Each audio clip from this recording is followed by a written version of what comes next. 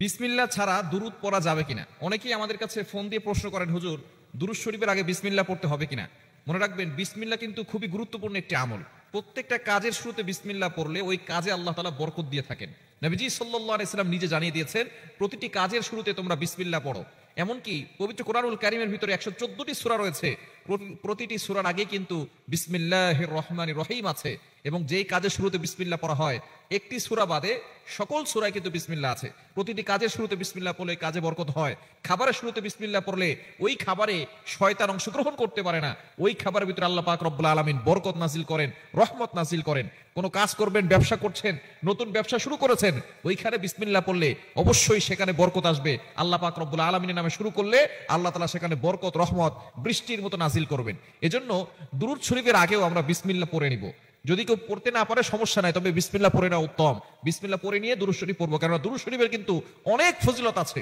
এই দুরূদ শরীফের আমল যে ব্যক্তি করে, আল্লাহ পাক রব্বুল আলামিন তার অভাব দূর করে দেন, বিপদ দূর করে দেন, হতাশা দূর করে দেন। শুধু তাই নয়, যে ব্যক্তি নবীজির উপরে একবার দুরূদ পাঠ করে, আল্লাহ পাক রব্বুল আলামিন তার উপরে 10 বার রহমত নাজিল করেন। শুধু তাই নয়, আল্লাহ পাক রব্বুল আলামিন তার 10টি গুনাহ মাফ করে দেন, 10 গুণ মর্যাদা আল্লাহ পাক রব্বুল আলামিন বৃদ্ধি করে দেন। এজন্য দুরূদ শরীফের আমল বেশি বেশি করবেন।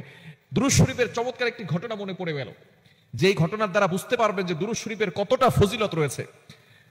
আল্লামা শিবলি রহমাতুল্লাহি আলাইহি তিনি বলেন, আমি একবার হজ করার সময় দেখি এক যুবক কাবা তাওয়াফ করে আর বলতেছে সাল্লাল্লাহু আলাইহি ওয়াসাল্লাম, সাল্লাল্লাহু আলাইহি ওয়াসাল্লাম। কাবা শরীফ যখন তাওয়াফ করা হয় তখন কিন্তু অনেক দোয়া আছে, যেমন রব্বানা আতিনা ফিদ দুনিয়া হাসানাতাও ওয়া ফিল আখিরাতি হাসানা ওয়া কিনা আযাবান নার। তিনি দেখলেন যে যুবকটা কোনো দোয়া না পড়ে শুধু নবীজির প্রতি দুরূদ পাঠ করতেছে। আল্লামা শিবলি রহমাতুল্লাহ আলাইহি তিনি বললেন, ওই যুবক, তুমি কেন বারবার দুরূদ শরীফ পড়ো? এখানে তো রব্বানা আতিনা ফিদ দুনিয়া হাসানাতাও ওয়া ফিল আখিরাতি হাসানাতাও ওয়া কিনা আযাবান নার আরো দোয়া আছে, সেগুলো পড়তে পারো, তুমি এখানে কেন দুরূদ পড়ো? এবার যুবক বলা শুরু করলো, একদিন আমার সাথে একটা ঘটনা ঘটে গেছে, যে এই ঘটনার পর থেকে আমি দুরূদের আমল আর কখনো ছাড়ি না। এবার সে বলা শুরু করলো, কি ঘটনা বলো? এবার সেই যুবক বলতে লাগলো, আমি আর আমার বাবা মরুভূমির প্রান্তরে রাস্তা দিয়ে হেঁটে হেঁটে যাচ্ছিলাম কোনো একটা কাজের উদ্দেশ্যে। হঠাৎ করে আমার বাবা মরুভূমির মাঝখানে দুনিয়া থেকে বিদায় নিয়ে গেল। আমার বাবা মরে যাওয়ার সাথে সাথে চেহারা ভয়ঙ্কর রূপ ধারণ করতে লাগলো। আস্তে আস্তে কেমন যেন চেহারাটা কুকুরের মতো হতে লাগলো।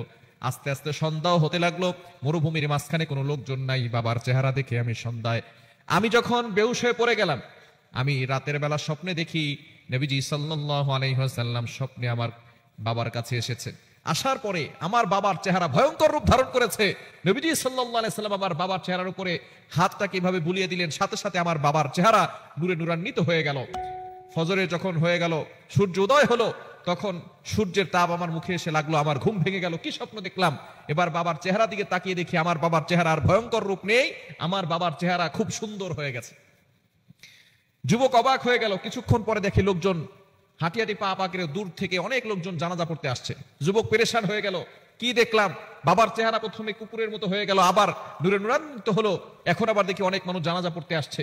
একজনকে জিজ্ঞেস করেছে, তোমরা জানাজা পড়তে কিভাবে আসলো? কেউ তো তোমাদেরকে খবর দেয় নাই। এক লোক বলতেছে যে গতকালকে গায়েবী ভাবে, অদৃশ্য ভাবে কেউ আমাদের দরজায় নক দিয়েছে, এরপরে অদৃশ্য ভাবে আমাদেরকে জানিয়েছে অমুক জায়গায় একটা জানাজা আছে, এই জানাজায় যে শরীক হবে সেই জান্নাতি হয়ে যাবে।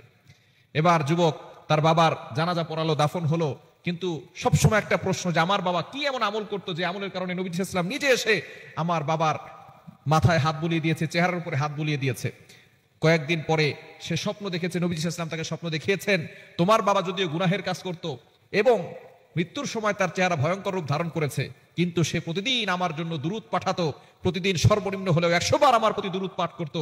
এজন্য আমি তোমার বাবা যখন যেদিন মারা গেছে সেদিন আমার কাছে দুরূদ আসে নাই। আমি ফেরেশতাদের কাছে জিজ্ঞেস করলাম, তারা আমাকে সংবাদ জানালো তোমার বাবা মারা গেছে। আমি আমার যে আশেক ছিল তার কাছে ছুটে আসলাম এবং তার চেহারা দেখে তার চেহারার উপরে হাত বুলিয়ে দিলাম। সুতরাং তোমার বাবা আমার প্রতি দুরূদ পাঠ করতো, এজন্য দুনিয়াতেও আমি তার পাশে আছি, আখিরাতেও আমি তার পাশে থেকে তার জন্য সুপারিশ করে জান্নাত পর্যন্ত নিয়ে যাব। এজন্য অবশ্যই সেই যুবক বলা শুরু করেছে, সেদিন থেকে আমি আর দুরূদের আমল ছাড়ি না। আল্লামা শিবলি রহমাতুল্লাহি আলাইহি বলেন, এই ঘটনার পর থেকে আমিও আর দুরূদের আমল কখনো ছাড়ি নাই। যত বেশি পেরেছি তত বেশি দুরূদের আমল করেছি। এজন্য দুরূদের আমল কখনো ছাড়বেন না। এই দুরূদের আমল আপনাকে বিপদ থেকে হেফাজত করবে, অভাব থেকে হেফাজত করবে, আপনার দুশ্চিন্তা দূর করে দিবে। আল্লাহ পাক রব্বুল আলামিন আপনার দোয়া কবুল করবেন। এজন্য সব সময় দুরূদের আমল করবেন এবং শুরুতে বিসমিল্লাহ পড়ে নেবেন।